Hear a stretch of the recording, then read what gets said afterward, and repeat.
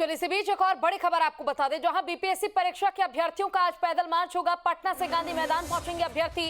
BPSC office का अभ्यर्थी करेंगे घेराव। बीपीएससी ऑफिस से राजभवन तक पहुंचेंगे अभ्यर्थी। 67वीं बीपीएससी परीक्षा को लेकर विवाद शुरू हुआ है और ये विवाद अब तक थम नहीं रहा है। लगातार अभ्यर्थियों की ओर से मांग की जा रही है इंसाफ की, कि उनको इंसाफ दिया जाए। जो 9 क्वेश्चन गलत थे उनकी दोबारा से जांच हो, या तो वो क्वेश्चन कैंसिल किए जाए, लेकिन एक बार फिर से रिजल्ट को जारी किया जाए। यही बीपीएससी के अभ्यर्थियों की मांग है।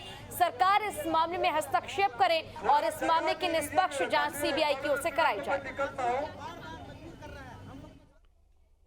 67वीं बीपीएससी की परीक्षा में धांधली और ओएमआर सीट के साथ छेड़छाड़ के विरोध में आज पटना कॉलेज से छात्र जो हैं, अभ्यर्थी जो हैं, वो निकलेंगे एक पैदल मार्च में। और ये पैदल मार्च जो है गांधी मैदान पहले पहुंचेगा और उसके बाद गांधी मैदान के बाद ये मार्च पहुंचेगा राजभवन बीपीएससी कार्यालय होते हुए। तो यहाँ से पैदल मार्च निकलेगा और उसके बाद रास्ता तय करते हुए पटना के शहर से होते हुए ये तमाम अभ्यर्थी पहुंचेंगे पहले बीपीएससी ऑफिस और उसके बाद पहुंचेंगे राजभवन।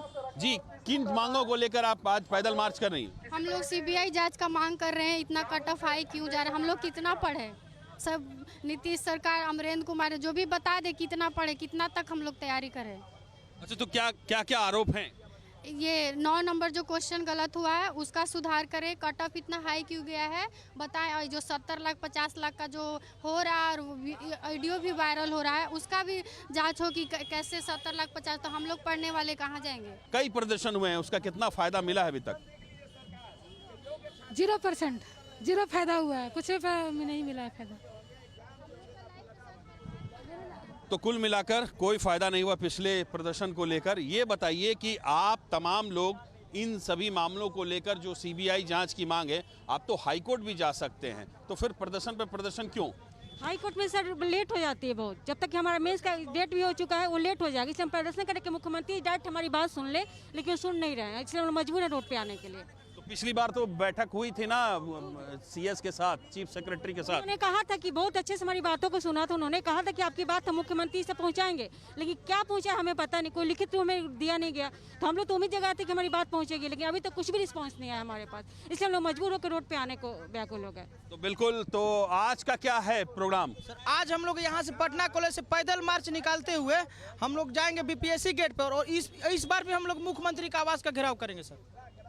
तो बिल्कुल पिछली बार की तरह ही अभ्यर्थी पटना कॉलेज से पैदल मार्च करेंगे और यहाँ से पहले बीपीएससी ऑफिस पहुँचेंगे, फिर राजभवन के पास पहुँचेंगे और एक अभ्यर्थी का कहना है कि मुख्यमंत्री के आवास का घेराव करेंगे। हालांकि जो सुरक्षा के पुख्ता इंतजाम किए गए हैं, अब ऐसे में देखने वाली बात होगी कि 67वीं बीपीएससी परीक्षा में जो धांधली हुई है उसको लेकर सरकार क्या संज्ञान लेती है। विकास कुमार ओझा, न्यूज स्टेट, पटना। चलिए इसी पर ज्यादा जानकारी के लिए हमारे साथ हमारे संवाददाता विकास कुमार ओझा जुड़ गए हैं। विकास, फिलहाल आज सभी अभ्यर्थी राजभवन का घेराव करने के लिए पहुंचेंगे, क्या रणनीति है अब आगे की? क्योंकि देखिए, आयोग का तो घेराव कर लिया, लेकिन कुछ भी हाथ अभ्यर्थियों के अब तक लगा नहीं है। आंदोलन अब भी जस का तस है, अब भी प्रदर्शन करने को अभ्यर्थी मजबूर हैं। देखिए पूजा, बीपीएससी के तमाम अभ्यर्थी जो हैं वो आज पटना कॉलेज से निकले हैं और पहले गांधी मैदान पहुंचेंगे और उसके बाद बीपीएससी कार्यालय होते हुए राजभवन का घेराव करेंगे। अभ्यर्थियों की मांग है कि बीपीएससी परीक्षा में धांधली जो हुई है उसकी जांच सीबीआई करे। तो सीबीआई जांच की मांग को लेकर ये तमाम अभ्यर्थी प्रदर्शन कर रहे हैं और लगातार प्रदर्शन कर रहे हैं। प्रदर्शन के दौरान ही चीफ सेक्रेटरी से इनके डेलीगेट्स मिले थे और वहां चीफ सेक्रेटरी ने ये भरोसा दिलाया था कि जो इनकी मांगे हैं उन पर कार्रवाई की जाएगी और बीपीएससी से जवाब तलब किया जाएगा। बावजूद इसके 1 हफ्ते बीत जाने के बाद जब कोई राहत किसी भी तरीके से कहीं से भी नहीं मिली इन अभ्यर्थियों को, तो फिर ये प्रदर्शन करने को मजबूर हो गए और आज पटना कॉलेज से इनका पैदल मार्च राजभवन के लिए कूच कर गया है, जो थोड़ी देर में गांधी मैदान पहुंचेगा। जी पूजा। विकास, आपसे ये भी जानना चाहेंगे, देखिए हम लगातार देख रहे हैं कि सीबीआई जांच की मांग की जा रही है, सरकार के हस्तक्षेप की मांग की जा रही है और बीजेपी भी लगातार इस मामले में दखल अंदाजी कर रही है, लेकिन बावजूद इसके आखिर ये मामला सुलझने का नाम क्यों नहीं ले रहा है? आखिर अब और क्या करे अभ्यर्थी जिससे आयोग इस मामले पर दोबारा विचार करे और इस मामले का हल किया जाए? आखिर कब तक इस तरह देश का भविष्य सड़कों पर खड़ा रहेगा, प्रदर्शन करता रहेगा, आंदोलन करता रहेगा, अपना समय बर्बाद करता रहेगा? आखिर कब तक? देखिए पूजा, जो बीपीएससी है वो एक स्वतंत्र ऑर्गेनाइजेशन है, मतलब एक स्वतंत्र आयोग है, वो उसमें सरकार का कोई हस्तक्षेप नहीं है। और बिहार में जो एक कल्चर, जो इस तरह के जो आयोग हैं, उसमें ये डेवलप है कि उनमें जीरो अकाउंटेबिलिटी है, क्योंकि आप कुछ भी कर लें। आप बताइए 150 सवाल बीपीएससी को सेट करना है, उस 150 सवाल को भी ठीक ठीक तरीके से उसके एक्सपर्ट सही नहीं सेट नहीं कर पाते और 9 सवालों को लेकर विवाद खड़ा हो जाता है कि उसके आंसर गलत दिए गए हैं। तो कुल मिलाकर जीरो अकाउंटेबिलिटी है। वो बीपीएससी के अधिकारी और कर्मचारी जानते हैं कि बिहार में जीरो अकाउंटेबिलिटी है और उन पर कोई जिम्मेदारी निर्धारित नहीं की जाएगी, जबकि होना ये चाहिए था कि इन 9 सवालों के गलत होने के जिम्मेदार कौन है, उन्हें चिन्हित कर उन पर कार्रवाई होनी चाहिए थी, लेकिन ऐसा नहीं हुआ। और इसी को लेकर छात्र लगातार आंदोलन कर रहे हैं, क्योंकि बीपीएससी बिल्कुल स्वतंत्र है, सरकार का कोई हस्तक्षेप नहीं है। तो इसको लेकर क्या ये समझा जाए कि आगे भी सरकार इस मामले में हस्तक्षेप नहीं करेगी, बिल्कुल भी इंटरफेयर नहीं करने वाली है और सरकार से जो उम्मीद, जो आस है अभ्यर्थियों की, वो अब खत्म हो जानी चाहिए?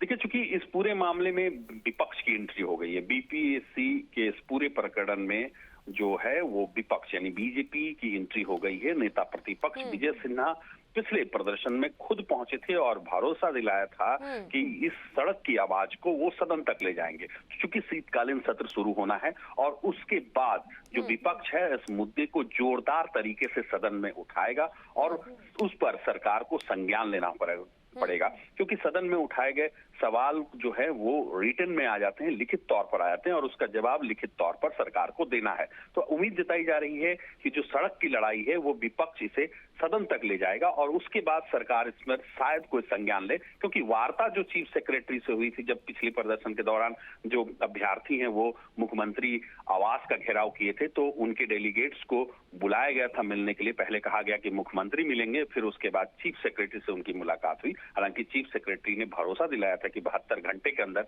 इन तमाम जो विवाद हैं उसको सुलझा लिया जाएगा, क्योंकि 7 दिन हो जाने के बाद इन विवादों पर कोई कार्रवाई नहीं हुई। उसके बाद पुनः अभ्यर्थी फिर से प्रदर्शन कर रहे हैं। जी पूजा।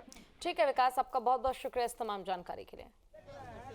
थोड़ा जगह दे दीजिए ताकि कॉलेज स्टूडेंट को